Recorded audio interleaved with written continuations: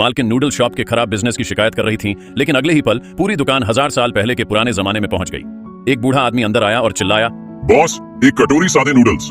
औरत ने सोचा कि वह कोई बूढ़ा एक्टर है जो फिल्म बना रहा है, इसलिए उसने समझदारी से कोई और सवाल नहीं पूछा। लेकिन जब वह काउंटर पर वापस आई तो उसे एक एबेकस मिला।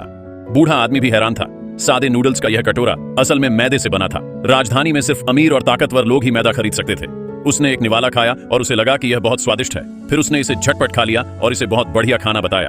क्या ये सच में इतना अच्छा है? मुझे तो शर्म आ रही है। नूडल्स का ये कटोरा 8 युआन का है। आपको कौन सा पेमेंट मेथड पसंद है, एलिपे या वीचैट पे?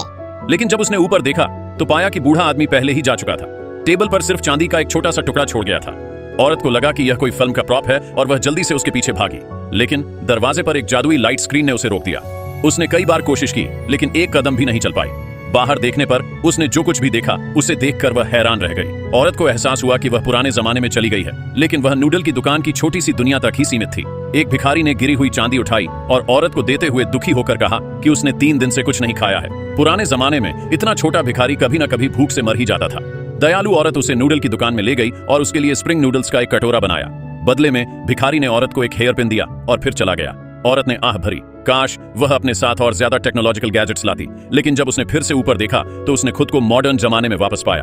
महिला बहुत खुश हुई। इस कंगन के साथ जिसने उसे स्वतंत्र रूप से यात्रा करने की अनुमति दी, वह दुनिया की सबसे अमीर आदमी नहीं बनना चाहती थी। इसलिए अगली सुबह वह प्राचीन वस्तुओं की दुकान पर गई और हेयर पिन को 400,000 में बेच दिया।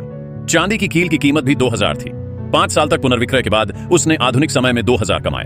तब से महिला ने एक नूडल की दुकान चलाई और एक राजकुमार बन गई, एक पीढ़ी दर पीढ़ी द्वीप। एक दिन जब महिला अपने अच्छे भाग्य पर खुद को बधाई दे रही थी, अचानक एक तलवार उसकी गर्दन पर दबा दी गई।